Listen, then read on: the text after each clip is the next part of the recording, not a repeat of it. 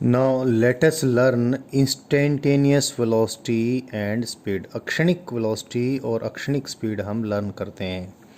Suppose एक particle अपने इस एक्चुअल रास्ते पे चलता हुआ टी टाइम में, जब ये यहाँ पर था, टी टाइम के बाद T plus delta T time पे ये यहाँ पर आ गया।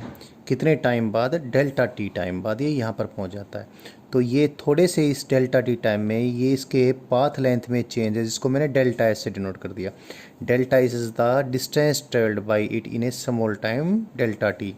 तो delta s that is distance travelled in the small time delta t divide by the delta t. ये क्या आ गई? ये तो आ गई एवरेज स्पीड आ गई, distance travelled by time taken. चाहे डेल्टा टी थोड़ा टाइम है तो भी एवरेज स्पीड आ गई। और इतने थोड़े से टाइम में, डेल्टा टी टाइम में, ये मैंने इसका डिस्प्लेसमेंट वेक्टर दिखाया, यानी चेंज इन पोजीशन दिखाया। तो चेंज इन पोजीशन यानी change in position vector divide by time taken. तो क्या आ गया? ये आ गया rate of change of, average rate of change of position vector, या average rate of change of position, जिसको हम क्या बोलते हैं? इसको बोलते हैं एवरेज वेलोसिटी वेक्टर बोलते हैं। तो एवरेज वेलोसिटी वेक्टर और एवरेज स्पीड, इनके बीच में डिफरेंस, क्या रिलेशन है, ये सब हम डिस्कस कर चुके हैं। मैंने अभी निकलवानी है आपको, मैंने सिखाना instantaneous velocity and its relation with instantaneous speed at some instant T. किसी भी एक टाइम पर अक्षणिक वेलोसिटी और अक्षणिक स्पीड में संबंध आपको सिखाना है। कैसे निकालें ये बताना है। तो देखें ज़रा, टी टाइम के बाद टाइम बिल्कुल हल्का सा ही चेंज होता है। कितना? अनंत सूक्ष्म। टाइम डेल्टा टी तो इसका मतलब टाइम में कुछ फाइनाइट चेंज है, निश्चित परिवर्तन है, चाहे निश्चित परिवर्तन थोड़ा हो। लेकिन अगर डेल्टा टी बहुत सूक्ष्म हो, बहुत सूक्ष्म भी एक शब्द ठीक नहीं है, मैं क्या बोलूँ, अनंत सूक्ष्म हो, if delta T tends to zero, इतने से कम समय में परिवर्तन को, यानी infinitely small change in time को, नंबर एक तो डेल्टा टी नहीं लिखेंगे, इसको क्या लिखेंगे? हम लिखेंगे डी टी।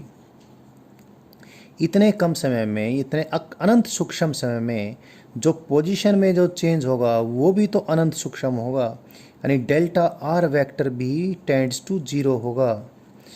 अनंत सूक्ष्म डिस्प्लेसमेंट वेक्टर को भी हम डेल्टा आर से लिखने के बजाय, यानी इसको ये लिखना भी अच्छा सा नहीं है, इसका मायना है displacement vector tends to zero, यानी डिस्प्लेसमेंट वेक्टर कितना है? अनंत सूक्ष्म है। इसका मतलब है delta T tends to zero, यानी टाइम में कितना परिवर्तन है? अनंत सूक्ष्म है। Infinitely small change in time को डी टी से डिनोट करते हैं, और infinitely small change in position vector या इनफाइनेटली स्मॉल डिस्प्लेसमेंट वेक्टर को हम डी आर वेक्टर से डिनोट करते हैं। तो अनंत सूक्ष्म समय में, टी टाइम पर ही अनंत सूक्ष्म समय में जो अनंत सूक्ष्म डिस्प्लेसमेंट हुआ, यानी इनफाइनेटली अनंत सूक्ष्म शब्द मैं हिंदी का जानबूझकर बोल रहा हूँ, जिससे आप इसकी ग्रेविटी को, इस बात की ग्रेविटी को समझ सकें। तो in this infinitely small time D T, जो डिस्प्लेसमेंट हुआ, जो कि खुद इनफाइनेटली स्मॉल है, तो इस infinitely small time D T में जो इनफाइनेटली स्मॉल डिस्प्लेसमेंट हुआ, सो उसको अगर मैं इस प्रकार से लूँ, तो ये D are vector by D T लूँ, तो इसको क्या कहेंगे हम? Instantaneous rate of change of position vector with respect to time. क्योंकि टी टाइम के तुरंत बाद, बिल्कुल न के बराबर टाइम बीतने पर जो डिस्प्लेसमेंट हुआ, उस डिस्प्लेसमेंट की टाइम रेट यहाँ से निकल गई। तो ये क्या आ गई? इंस्टेंटेनियस वेलोसिटी आ गई। It is this what? It is instantaneous velocity. वो अलग बात है कि इस प्रकार से आप इंस्टेंटेनियस वेलोसिटी को अनंत सूक्ष्म समय में जो डिस्प्लेसमेंट हुआ उसको अनंत सूक्ष्म समय से डिवाइड करके नहीं निकाल सकते। इसको निकालने के लिए तो क्या करना पड़ेगा? आपने पहले आपको डिफ्रेंशिएशन मालूम है, बस मैं उस बात को एक बार रिपीट कर रहा हूँ। आपने क्या करना है? आपने एवरेज वेलोसिटी निकाली, यानी डेल्टा आर वेक्टर को डेल्टा टी से डिवाइड किया। ये रेशो तो आप निकाल ही सकते हो, और इस रेशो में क्या कर दें आप? Limit delta tends to zero कर दें, यानी delta R vector by delta T की वह वैल्यू जब delta T tends to zero हो जाए। एंड यू नो इसको आप क्या लिखते हैं, इसको बोलते हैं differentiation of are vector with respect to time. So instantaneous velocity is the limit of average velocity when delta T tends to zero. लिखने को तो मैंने लिख दिया इसको, अनंत सूक्ष्म समय में किया गया अनंत सूक्ष्म डिस्प्लेसमेंट डिवाइड बाय अनंत सूक्ष्म टाइम टेकन। लिखने को तो मैंने लिख दिया infinitely small displacement vector divide by infinitely small time taken. But division के तरीके से डायरेक्ट इनकी रेशियो हम नहीं निकाल सकते हैं। Zero, this is like 0/0 form. तो इसको कैसे निकालेंगे हम? डिफरेंशिएशन वाले मेथड से निकालेंगे। यानी पहले हम delta R vector by delta T निकालेंगे, फिर delta T tends to zero कर देंगे। तो इसका मतलब delta R vector by delta T की वह वैल्यू जब delta T tends to zero हो, और इसको क्या बोलते हैं हम?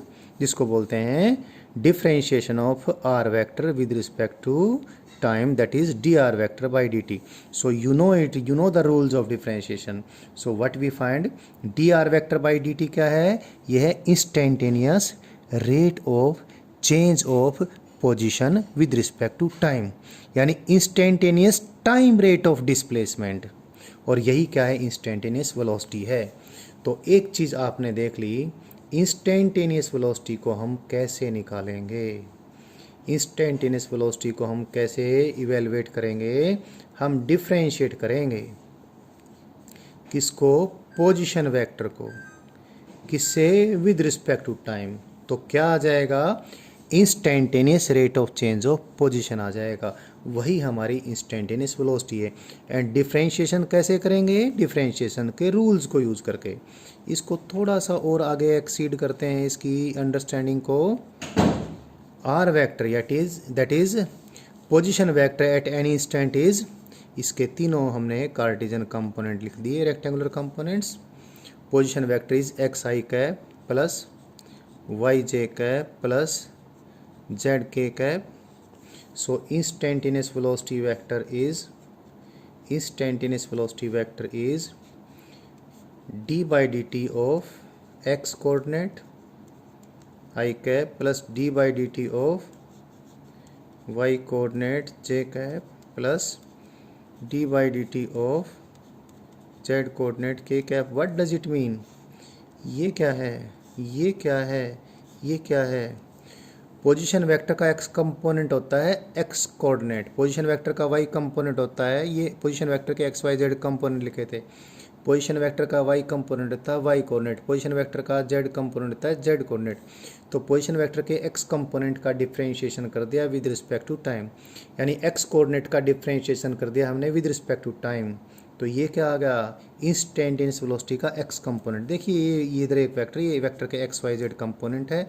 ओबियसली ये क्या है? वेक्टर का x कंपोनेंट, यानी इंस्टेंटेनियस वेलोसिटी का x कंपोनेंट, जिसको मैं vx लिखूंगा। इसको क्या लिखूंगा? इंस्टेंटेनियस वेलोसिटी का y कंपोनेंट। अभी बात मैं पूरी कर देता हूँ। और इसको क्या लिखूंगा?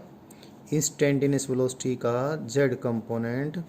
सो instantaneous velocity equal to its x component I cap plus y component, यानी x y and z component का रिजल्टेंट।